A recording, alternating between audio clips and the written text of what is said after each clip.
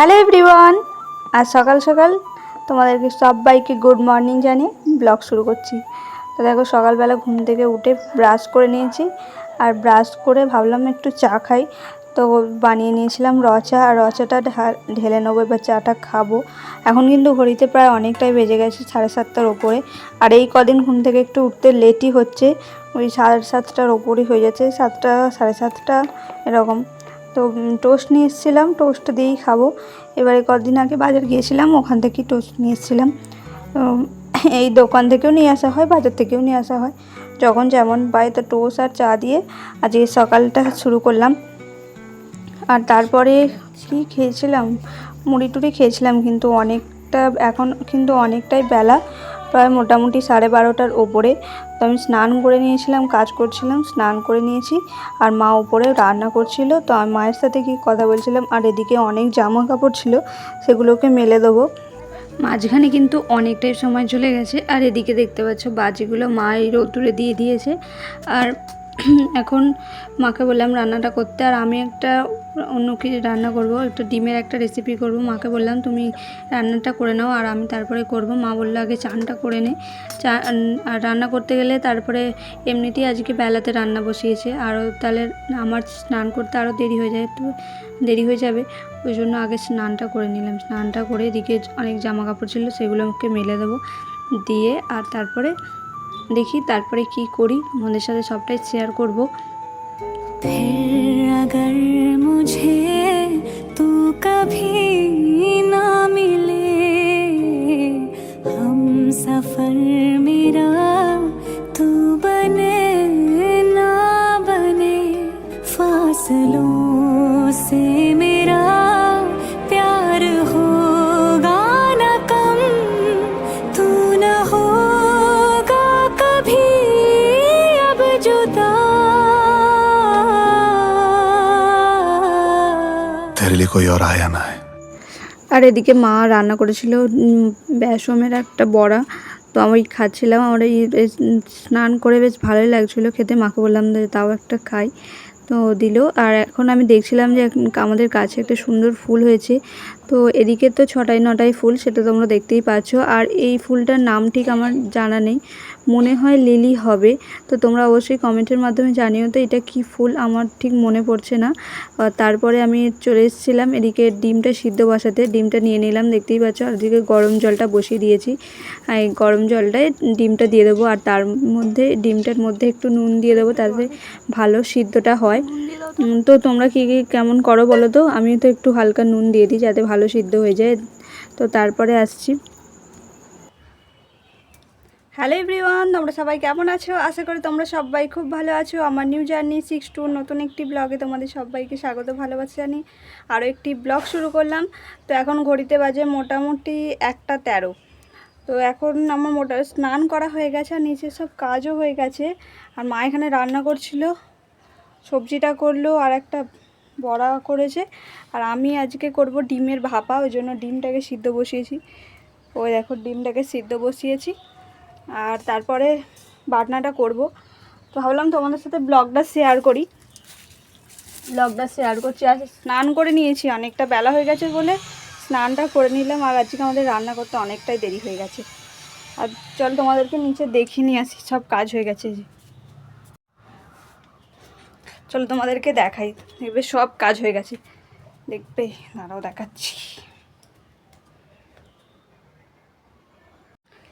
দেখো নিচের ঘর দোয়ার সব পরিষ্কার হয়ে গেছে, ওখানে আমি ঝাড়ফাট সব দিয়ে স্নান করে নিয়েছিলাম, আর তোমাদেরকে শেয়ার করিনি, আর ক্যামেরা অন করে আর কাজটা করা হয়নি। এদিকে আমার ঘরও পরিষ্কার হয়ে গেছে, এই ঘরটাও পরিষ্কার আছে, সব পরিষ্কার। খালি কয়েকটা বাসন আছে, বাসনগুলো মা বললো যে মাজতে হবে না, চান করে নে, দেরি হয়ে যাচ্ছে, মা বাসনগুলো মেজে নেবে। চলো ওপরে যাই দেখি, নাহলে আবার জালটা দিয়ে এসছি উনুনের, নিভে যেতে পারে। ওপরে যাই, তারপর তোমাদেরকে দেখাবো। ও তোমাদেরকে, আচ্ছা এইটা কারো চেনো কি বলবে। এটা এখন আর কাজে লাগে না, এটা অনেক আগে কাজে লাগতো, যখন চাষ হতো তখন কাজে লাগতো, দমকল দিয়ে চাষ হতো তখন কাজে লাগতো। দেখো বলতে বলতে আমার উনুনটা নিভে গেছে। ওপরে না গেলেই ভালো হতো, সরি নিচে না গেলেই ভালো হতো।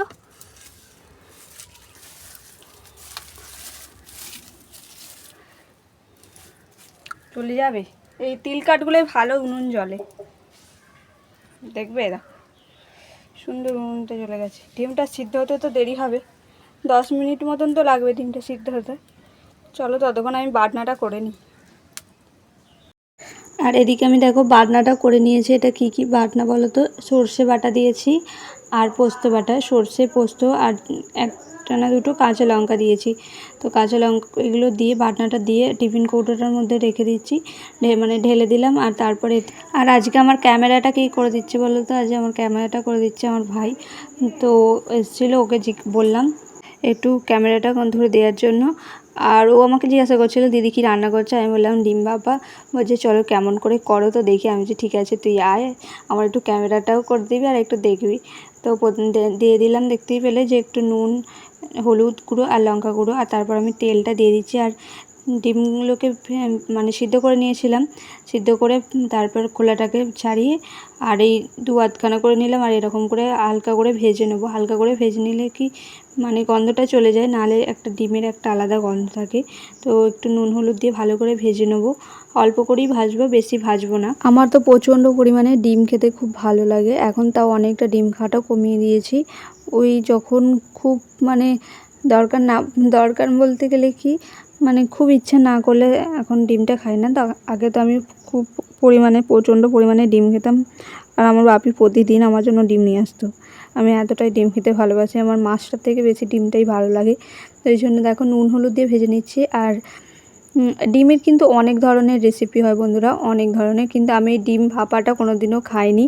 তো আজকে ভাবলাম যে ডিম ভাপাটা কীরকম করে। তো ডিমের রেসিপিটা ফেসবুকে বলছি কেন, ইউটিউবে মানে দেখছিলাম যে ডিমের কী ধরনের রেসিপি হয়। তো দেখলাম যে ডিম ভাপা রেসিপিটা আর খুব সহজেই বানানো যায়। তো আমি ভাবলাম তাহলে আজকে ট্রাই করে দেখি যে কেমন রান্নাটা হয়। তো ওই জন্য করছিলাম। আর এই রান্না করতে করতে বারবার উনুনটা নিভে যাচ্ছিলো, আর কি বিরক্তও লাগছিল।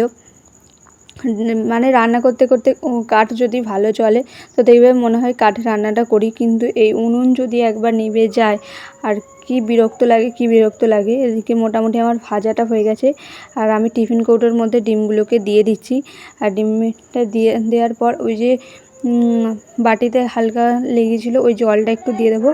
আর এরপরে অনেকটা কাঁচা সর্ষের তেল দিতে হবে। এই কাঁচা সর্ষের তেলটা দিলে আর একটা আলাদাই স্মেল আসে, তো খুব সুন্দর লাগবে খেতে।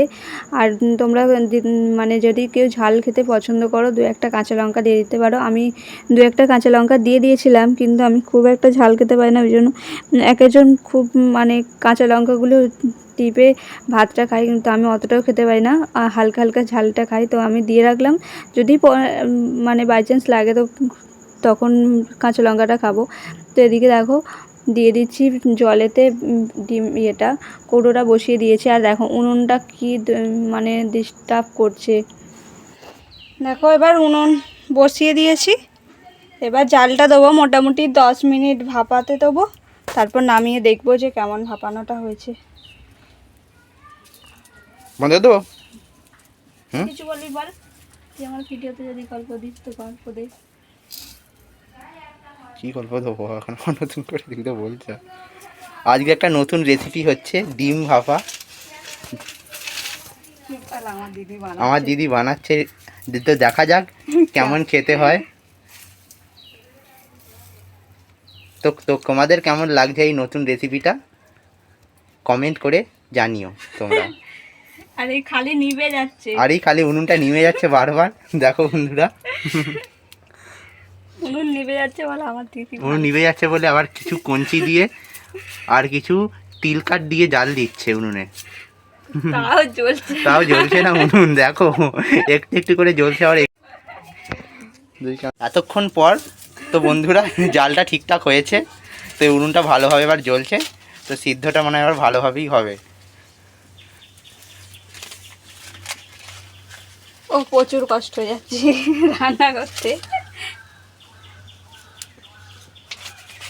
একটা কাঠ দিয়ে যায় না মা, কাঠগুলো দিয়ে যাবে তো এরকম করে রান্না করে যায়।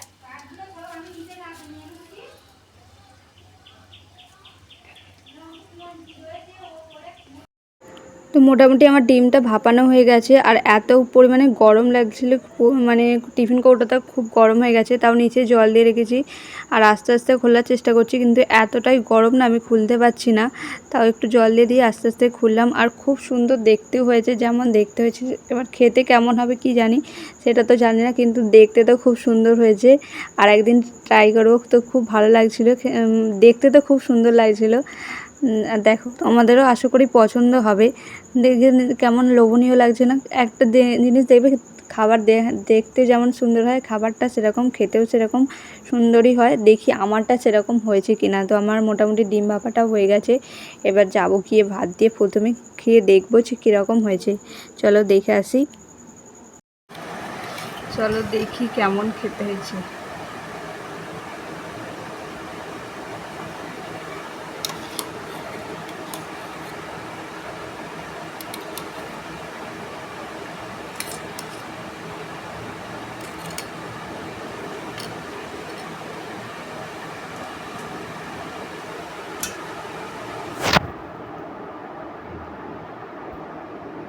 আমার মুখের সামনে নিয়ে আসবি ক্যামেরাটা, ঠিক আছে?